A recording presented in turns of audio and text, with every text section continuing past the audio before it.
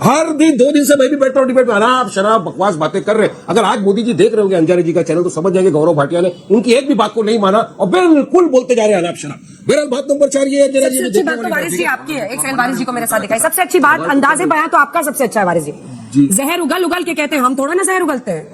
आपके अंदाजे बयां पर तो एक किताब लिखनी चाहिए कि जहर उगल कर ये कैसे कहा जा सकता है कि मैं जहर नहीं उगल रहा हूं। वारिस का अंदाजे बयां और अंजना जी लोटा लोटा जहर भरते हैं। दक्षिण भारत से बड़े के बड़े वहां पर लोग पहुंच रहे हैं, तमाम पीठों के लोग पहुंच रहे हैं, तमाम मंदिरों से लोग बड़ी बड़ी अपनी तरह से मूर्तियां लेकर पत्थर लेकर पहुंच रहे हैं। क्या समझ में आ रहा है? क्या ये उत्तर नहीं दक्षिण दक्षिण में करना है? क्या पॉलिटिक्स है ये आचार्य जी? देखिए अंजना जी, मैं इस बात से सहमत नहीं हूं क्योंकि राम का प्रभाव उत्तर में पड़ेगा, दक्षिण में नहीं पड़ेगा, पूरब में पड़ेगा, पश्चिम में नहीं पड़ेगा। राम अखिल कोट ब्रह्मांड नायक राम है। उनका प्रभाव तो अमेरिका में भी है, यूके में भी है। लोग नाच रहे हैं अमेरिका में, जर्मनी में नाच रहे हैं, ऑस्ट्रेलिया में नाच रहे हैं। क्या वो वोट देंगे यूपी में आकर के या भारत में आकर के? और दूसरी बात मैं कहना चाहता हूं, इसमें अभी गौरव भाटिया जी ने कहा कि मुसलमानों को खुश करने के लिए, मुझे आज तक इस देश का कोई मुसलमान नहीं मिला जो ये कह रहा हो कि साहब राम मंदिर का दर्शन करने मत जाओ। उनका क्या मतलब है इस बात से? एक बार सुप्रीम कोर्ट के फैसला आ गया, उन्होंने उसका एहतराम किया। हिंदुस्तान के आचार्य जी गलत बोल रहे हैं। आपके साथी टीवी में फ्रेम में दिख रहे हैं, मुस्कुराने लगे वारिस जी। हाँ बिल्कुल, यही मैं कहने वाला था। दिखाइए वारिस जी को दिखाइए। आप कह रहे थे कोई नहीं है, ये आ गए ना। क्यों वारिस जी? आप लोग तो कोर्ट से भी ऊपर हैं। मैं बोलूं मंदिर का ठीक है आचार्य जी, आप सही पूछ रहे हैं। ये कह रहे हैं, नहीं वारिस पठान ये कह रहे हैं कि राम मंदिर, 5 सेकंड, क्या वारिस पठान ये मानते हैं और वारिस पठान ये कह रहे हैं कि राम मंदिर का दर्शन करने नहीं जाना चाहिए और उससे हम खुश हो जाएंगे? क्या वो ये कह रहे हैं? या उन्होंने ये कहा था कि सुप्रीम कोर्ट के फैसले को हम नहीं मानेंगे? ये तो उन्होंने चिल्ला चिल्ला के कहा था, पार्लियामेंट में भी कहा था। हाँ जी, राम राम भाई लोगों, कैसे आप लोग? जय श्री राम। आपका स्वागत है हमारे चैनल पे। तो जी, जैसा कि आप जानते हैं कि कांग्रेस ने राम मंदिर के प्राण प्रतिष्ठा में जाने का जो निमंत्रण मिला था उसको अस्वीकार कर दिया है। तुष्टीकरण की नीति है। उनको लगता है कि जैसे अगर हम चले जाएंगे तो उनका जो मुस्लिम वोट है, वोट बैंक है, वो उनसे नाराज़ हो जाएगा। और काफ़ी हद तक ये बात ठीक भी है कि अगर वो जाएंगे तो उनको मुस्लिम्स के वोट भी मिलने मुश्किल हो जाएंगे। पर अब यहाँ बैठ के ऑन डिबेट में बैठ के उसके अलग अलग रीज़न दे रहे हैं। आचार्य प्रमोद बैठे थे, वारिस पठान था जो कि आप जानते ही हैं प्रवक्ता हैं AIMIM के, और वो उनकी बात पे हंस पड़े कि मुसलमान हमें रोक नहीं रहे। और वारिस पठान का अपना दर्द भी छलक गया बाबरी मस्जिद का, कि बाबरी मस्जिद तोड़ी थी, और वो बोले कि एक बार जहाँ मस्जिद बन गई वहाँ हमेशा मस्जिद रहती है और हमेशा मस्जिद रहेगी। हम अपनी नस्लों को सिखाएंगे।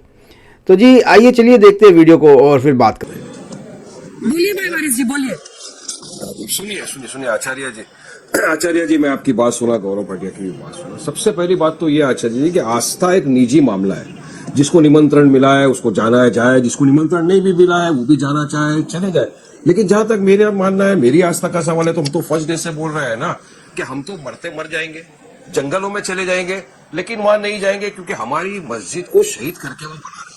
ये मेरा तो स्पष्ट रूप है। लेकिन यहाँ पर आचार्य जी 2 चीज है ना, ये आप जो बोल रहे हो उस पर आप देखिए, बीजेपी और RSS वाले ने तो एक धार्मिक इवेंट को पूरा के पूरा एक पॉलिटिकल इवेंट बना दिया।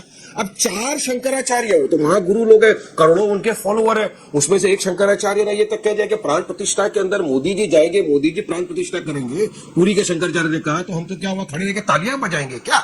दूसरे शंकराचार्य ने कहा कि मंदिर अभी अधूरा है, अधूरा मंदिर के अंदर आप जाके प्राण प्रतिष्ठा कैसा कर सकते हो? तो भी 4 शंकराचार्य भी आपकी नजर में एंटी हिंदू हो गए, एंटी सनातनी हो गए, क्योंकि बीजेपी का तो एक ये बन गया है मोनोपोली कि जो हमारी विचारधारा को नहीं माना, जो हमारी पॉलिटिक्स को नहीं माना, वो एंटी नेशनल हो गया, वो एंटी हिंदू हो गया, सारी चीजें वो है।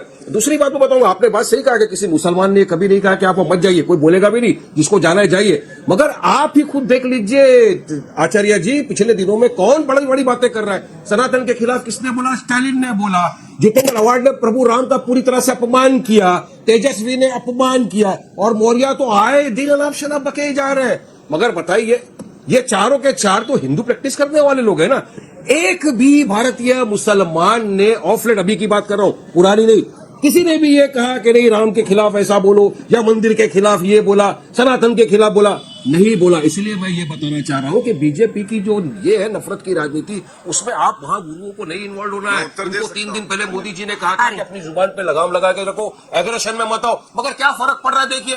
हर दिन 2 दिन से मैं भी बैठता हूँ डिबेट में, अनाप शराब बकवास बातें कर रहे हैं। अगर आज मोदी जी देख रहे होंगे अंजारी जी का चैनल तो समझ जाएंगे गौरव भाटिया ने उनकी एक भी बात को नहीं माना और बिल्कुल बोलते जा रहे हैं अनाप शराब। बहरहाल बात नंबर 4 ये है, सबसे अच्छी बात तो वारिस जी आपकी है। एक सेकंड वारिस जी को मेरे साथ दिखाई। सबसे अच्छी बात अंदाजे बयां तो आपका सबसे अच्छा है वारिस जी। जहर उगल उगल के कहते हैं, हम थोड़ा ना जहर उगलते हैं।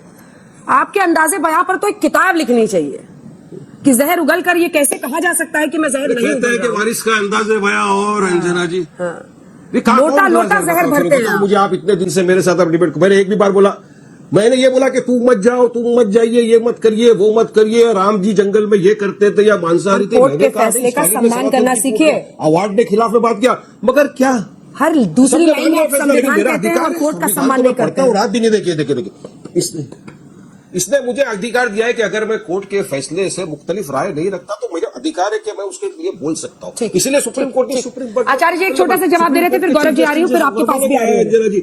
मैंने क्या गलत बोल दिया? ठीक है आचार्य जी हाथ उठा रहे थे। आचार्य जी उसके बाद प्रवेश आ रही हूँ। किसने क्या बताइए ना एक भी, और इन्होंने क्या स्टेप ले लिया बोले के खिलाफ, तेजस्वी के खिलाफ क्या लिया? ठीक है वारिस जी रुक जाइए। बोलिए बोलिए आचार्य। फायदा उठाए बीजेपी।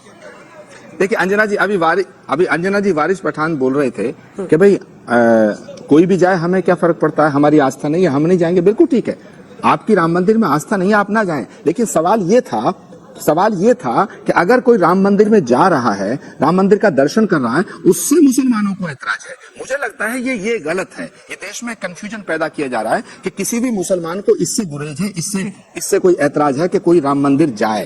तो मैं समझता हूं कि मुसलमानों के ऊपर ये तहमत ना लगाई जाए, बड़े साफ तौर से कह रहा हूं, पहली बात। दूसरी बात, अगर वारिस पठान साहब राम मंदिर में आपकी आस्था नहीं है तो आपको हम जाने को नहीं कह रहे, लेकिन हम आपके अकीदे का एहतराम करते हैं। आपको हमारी आस्था का सम्मान करना पड़ेगा और हम आपके अकीदे का एहतराम करेंगे। आपको हमारी आस्था का सम्मान करना चाहिए, यही भारत है। आचार्य अब सवाल है भाजपा का। भाजपा साहब रोज लड़िए, लेकिन भगवान राम की शान में अगर कोई भी लफ्ज कोई गलत बोलेगा तो हमें चोट लगेगी। नहीं कर रहा है, तेजस्वी नहीं कर रहा है, मौर्य जी तो रोज बोलते जा रहे हैं।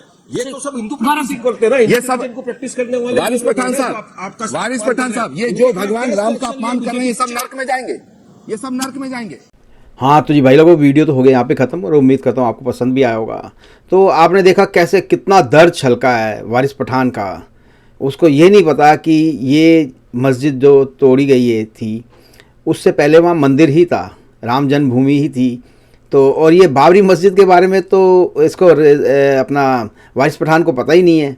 रिजवान भाई ने एक वीडियो में बताया था कि जो बाबरी मस्जिद है वो बाबर के नाम से नहीं है। बाबरी के पास एक लौंडा था जिसका नाम था बाबरी, ये उसके नाम से बनी है बाबरी मस्जिद।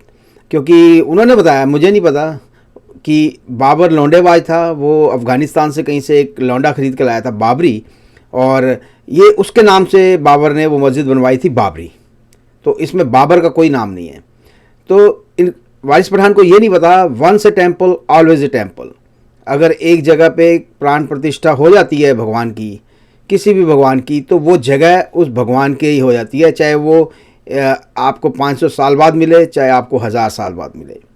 और उसके बाद अंजना ओम कश्यप जी ने उनको धो दिया वारिस पठान को कि भाई तुम तो जहरीले बोलते ही हो, पर जहरीले बातें कर करके उसके बाद में कहोगे हम तो जहर नहीं फैलाते। ये भड़काऊ भाईजान है जी, इन सब से बच के रहे। आज नहीं बचे तो आगे नहीं बचेंगे। उम्मीद करता हूँ वीडियो आपको पसंद आया होगा। मैं आपको मिलूँगा अगले वीडियो में, तब तक के लिए जय श्री राम, हर हर महादेव, जय हिंद।